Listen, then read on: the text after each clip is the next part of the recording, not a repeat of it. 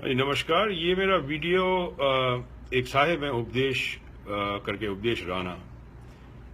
बहुत उपदेश मैंने इनके सुने, तो मैंने कहा आज इनके लिए भी मैं वीडियो रिकॉर्ड कर देता हूँ। उपदेश जी, आप मुझे कुछ भी समझिए, अपना भाई समझिए, हिंदू समझिए, मुसलमान समझिए, ईसाई समझिए, यहूदी समझ लीजिए, कुछ भी समझना समझ लीजिए, इससे मुझे कोई फर्क नहीं पड़ता। सबसे पहले मैं इंसान हूँ, मैं इंसान ही पैदा हुआ था और इंसान ही मरना पसंद करूंगा। उपदेश जी, इमाम बरकती के लिए आपने वीडियो डाला, मेरे को समझ में आई आपके अंदर जो गुस्सा है वो कहाँ से आ रहा है।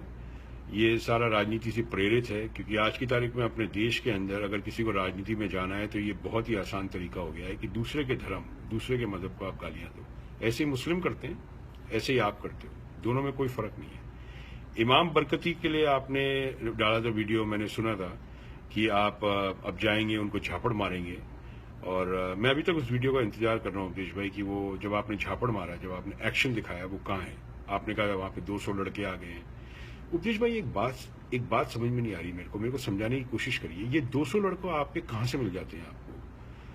देखिए, पूरे देश के अंदर अभी स्टैटिस्टिक्स आउट हो गई कि बेरोजगारी बहुत है, तो ये सब बेरोजगार लड़के हैं जो कर रहे हैं।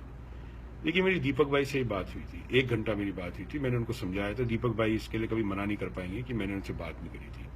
मेरी आशु परिहार से भी इनबॉक्स में मैसेज हो गया था। आशु परिहार, आप, दीपक भाई, हम सब एक ही कंट्री के हैं। आप लोगों को क्यों नहीं समझ में आ रही है बात? आपको ये क्यों नहीं समझ में आ रही कि अपनी कंट्री कैसे अमेरिका को बीट कर सकेगी? एकता से ही तो बीट होगा, पैसे से तो बीट नहीं होगा, क्योंकि पैसा आएगा ही नहीं जब तक एकता नहीं होगी। जब तक अपन एक देश एक परिवार के हिसाब से नहीं रहेंगे, तब तक ये प्रॉब्लम आएगी। उपदेश भाई, सब समाज में कोई ना कोई प्रॉब्लम है। हिंदू समाज में है, सिख समाज में है, मुस्लिम समाज में है। मगर अभी मालूम है क्या हो रहा है आपको?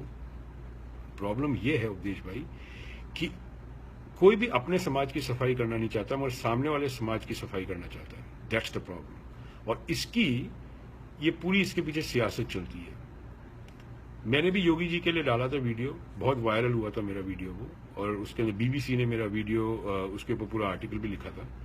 मैंने योगी जी को समझाई थी एक बात, और हमने जो हमारा जो परिवार है, इसके अंदर मोहब्बत के दंगे परिवार, हम लोग क्या है कि मोहब्बत के दंगे करना चाहते हैं, क्योंकि हमें पता है कि उससे ही जो भी देश का भला होगा, आपके बच्चे का होगा, मेरे बच्चे का होगा, वो उसी से होगा, आपसी मोहब्बत से। और उपदेश जी, अपन लोग तो पैदा भी इसीलिए हुए हैं, आपसी मोहब्बत थी अपने माँ बाप में, तो अपन इस यहाँ पे पैदा हुए, इस दुनिया में आए। तो अगर अपन लोग आपस में इतनी ज़्यादा नफरत बांटेंगे किसी भी रिलीजन का उसका बेस बना के, तो वो तो ठीक बात नहीं है। अब आप मुझे बताओ उपदेश जी, आज तक बहुत सारे रामायण सीरियल बने, मैंने सारे देखे। मुझे राम भगवान की जो शख्सियत है, उसमें एक टुकड़ा भी आप में नहीं दिखता। ऐसा क्यों है? या तो मैं अंधा हूं, या मेरे को समझ में नहीं आती। तो मेरे को ये साबित करो कि राम भगवान की सहनशीलता, उनका प्रेम, उनकी जैसी शक्ल आती थी स्क्रीन के ऊपर, वो पूरा ऑरा चेंज हो जाता था। आप तो शायद उस टाइम पैदा भी नहीं हुए होंगे जब पहला रामायण आया था, रामानंद सागर जी का, जब लोग बाग रामायण चप्पल जूते खोल के, नहा धो के बैठ के उसको देखा करते थे। एक ही टीवी होता था, सब लोग उसी में आ जाते थे, पड़ोसी भी आते थे, सब आ जाते थे। तो वो टाइम आपने शायद देखा नहीं। देखिए, जो आप ये मानसिकता फैला रहे हैं ना देश में, इससे सबसे ज्यादा नुकसान हमारे जो प्रधानमंत्री है उनको होगा, क्योंकि प्रधानमंत्री साहब बहुत बड़ा काम करने जा रहे हैं देश के लिए, सबको पता है। मगर आप जैसे लोग उनकी टांग खींचने के लिए बार बार ही तैयार रहते हैं। अब आप एक बात बताइए मुझे कि अगर मेरे को समझिए कोई भी कारखाना डालना है और मैं एम्प्लॉय करूंगा। किसी जमाने में मेरा था वहां पे कारखाना, 150 लोग मेरे काम करते थे, मगर मुझे बंद करना पड़ा क्योंकि बिजली नहीं आती थी। समझिए आज मुझे कारखाना खोलना है, तो क्या आप इसके अंदर मदद कर पाएंगे मेरी कि मुझे कारखाना खोलना है? मैं 100 हिंदू लूंगा और 100 मुसलमानों को नौकरी दूंगा। अपन ऐसा कुछ काम करते हैं। एजाज खान के बारे में आपने बोला, मैंने देखा वो पोस्ट कि आप अब उनको धमकी दे रहे हैं कि आप आएंगे बंबई, आप उनका कुछ भी कर देंगे, सब कर देंगे।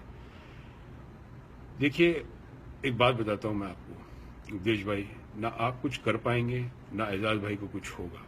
एजाज भाई ने जो बेल्ट के बारे में कहा था वो सच बात है। अपन को अपनी गलतियां भी तो देखनी पड़ेगी ना। चमड़ा बिक रहा है, बीफ बिक रहा है, आपको पता है गूगल पे। तो अपन अपना घर पहले साफ करें या दूसरे के ऊपर उंगली उठाएं? तीसरा, मैंने एजाज भाई को खुद कहा था कि आप जिस तरह से प्राइम मिनिस्टर को बोलते हैं मोदी करके और योगी करके, वो गलत है। आपको रिस्पेक्ट से बोलना चाहिए, क्योंकि वो सबके प्रधानमंत्री है। वो आपकी बात बिल्कुल ठीक है, मैं मानता हूँ। मगर किसी को इस तरह धमकी देना, किसी को, आपको एक बात और बता दूं कि एजाज खान की वाइफ इंडियन नहीं है। अब आप सोचिए कि अगर वो पढ़ेगी तो वो इंडिया के बारे में क्या सोचेगी, वो आपके बारे में क्या सोचेगी, मेरे बारे में क्या सोचेगी। ये छोड़िए, अपने जो प्रधानमंत्री है उनके बारे में क्या सोचेगी। पूरी दुनिया में जाके वो ये बोल रहे हैं कि हिंदुस्तान आइए, अपने कारखाने लगाइए, अपना बिजनेस करिए, आपके जो 200 लोग आपके पीछे हैं उनको जॉब मिल जाएगी, तो वो ये सब हरकतें करना बंद कर देंगे।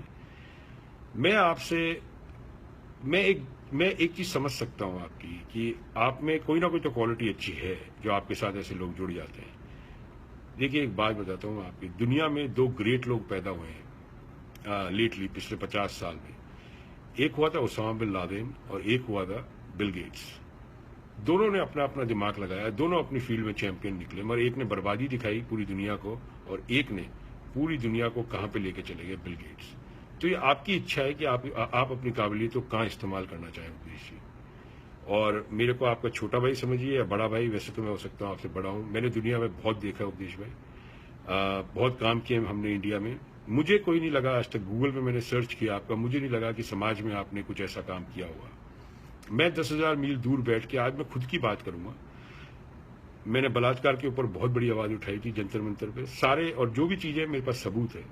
जब उत्तराखंड में आपदा हुई थी ना, तो मैं यहाँ से 2 टन सामान लेके उड़ा था। मेरी बैक बोल गई, मेरी कमर बोल चुकी थी, मेरे को अमेरिका में आके सर्जरी करानी पड़ी थी। मेरी 3 सर्जरी हुई थी, जिसका बिल $86,000 आया था। मेरे पास सब सबूत है। क्लीन इंडिया मूवमेंट में 2012 के अंदर दिसंबर में मैंने शुरू किया था। आज की तारीख में 1.5 लाख बच्चे जयपुर में जुड़े हुए हैं। अगर अपन सब काम ये करेंगे तो आप ये समझिए कि मोदी जी की जितनी भी मुहिम है वो सक्सेसफुल होगी। उससे आपके बच्चे को भी फर्क पड़ेगा, मेरे बच्चों को भी फर्क पड़ेगा, आपके परिवार को फर्क पड़ेगा। मुझे एक बात बताइए, अगर 2 भाई आपस में झगड़ा करते रहेंगे तो पेरेंट्स क्या करेंगे। आप समझिए कि आप और एजाज भाई हैं दोनों, और अब इसके अंदर मोदी जी अपने पेरेंट हैं। तो मोदी जी को अच्छा लगेगा कि उपदेश दुखी है या एजाज दुखी है, तो उनको खुश रहेंगे क्या? वो नहीं रहेंगे। तो मेरी आपसे एक सिंपल दरख्वास्त है उपदेश जी, कि ये सब हरकतें करना आप बंद कर दीजिए। इमाम बरकती के साथ जो कानून ने करना था वो करना था। आप कानून बनने की कोशिश ना करें, ये ठीक नहीं है, ये एक डेमोक्रेसी में नहीं होता है।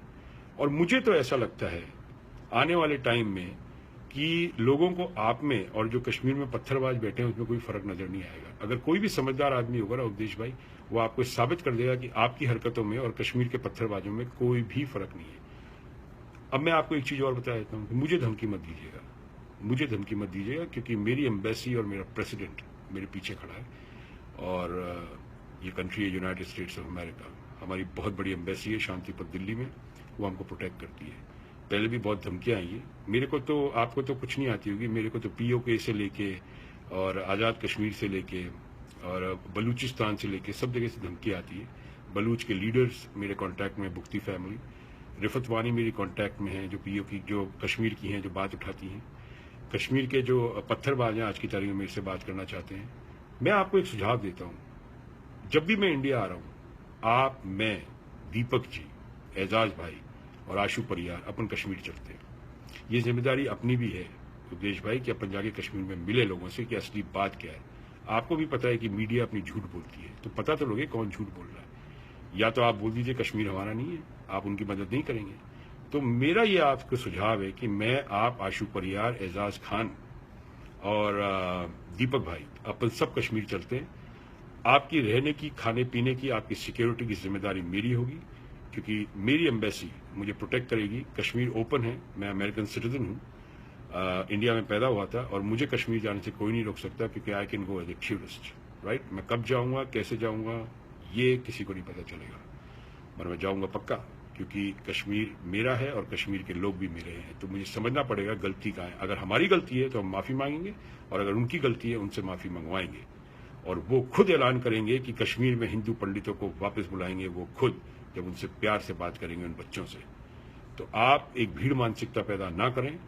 जो भी कानून देश का है, उस कानून से कोई बड़ा नहीं है, ना मैं, ना आप, ना प्राइम मिनिस्टर मोदी, कोई बड़े नहीं है देश के संविधान से। तो ये आप हटा दीजिए। और राम भगवान की, मैं चाहता हूं मैं आप में राम भगवान की शख्सियत देखूं, प्यार मोहब्बत की बात देखूं। आपकी शक्ल पे मैं वो देखना चाहता हूं रौनक जो राम भगवान में होती थी। तब आप ये, मैं आपको दावे के साथ कह देता हूँ उपदेश जी, आपके पीछे और कोई नहीं हो, मैं आपके साथ खड़ा हूँ। मगर ये सब मत करिए, एजाज खान को धमकी देना और ये सब करना। और मैं एजाज भाई को खुद ये बोलता हूँ, एजाज भाई थोड़ा सा मेलो डाउन हो जाइए। मोदी मोदी करना इस तरह ठीक नहीं बात है। मोदी जी बोलिए, कोई बड़ी बात नहीं है, आप में बड़प्पन आएगा। पर्सनल जो अपनी कटुता होती है उसको पब्लिक में कभी भी नहीं रखना चाहिए, क्योंकि उससे बहुत नेगेटिव इफेक्ट हो जाता है। आपकी पर्सनल कटुता है, आप प्राइम मिनिस्टर साहब को ईमेल करिए, उनसे जानेंगे, उनके पास जाइए, उनके ऑफिस में मिलने की कोशिश करिए। मिलेंगे प्राइम मिनिस्टर आपसे, सबसे मिलते हैं, आपसे ही मिलेंगे। आप एक स्टार है इंडिया में, हमारे को तो कोई नहीं जानते, आपको जानते हैं लोग, उपदेश जी को जानते हैं, हम तो कुछ नहीं है आपके सामने। तो we are all brothers, we are united brothers, so we have to make United States of India. Remember that, and we can all make it. And अपने बच्चों की अपन ऐसी जिंदगी दे सकते हैं जिससे अब बच्चे अमेरिका आना भूल जाए, अमेरिकन बच्चे वहां पे आए पढ़ने के लिए। कुछ ऐसा करते हैं उपदेश जी। तो मैंने जो आपको उपदेश दिया है उसका बुरा मत मानिएगा। मैं आपका बड़ा भाई हूँ या छोटा भाई हूँ, हिंदू हूँ, मुस्लिम हूँ, सिख हूँ, मेरा मजहब मत ढूंढिएगा। बस मैं इंसान हूँ। जिस धरती पे आप पैदा हुए हैं उसी धरती में मैं पैदा हुआ था, और उसी धरती पे मेरा जो एंड होगा उसी धरती पे होगा, अमेरिका में नहीं होगा, ये मुझे पता है। तो मैं आपके वीडियो का इंतजार करूंगा। आपको गालियां बकनी है, गालियां बकिया मेरे लिए, जो भी करना है आप करिएगा, मुझे उससे कोई फर्क नहीं पड़ा। मगर मेरी बात का ये आप ध्यान रखिएगा जो मैंने आज आपको बात कही है। थैंक यू सो मच उपदेश भाई।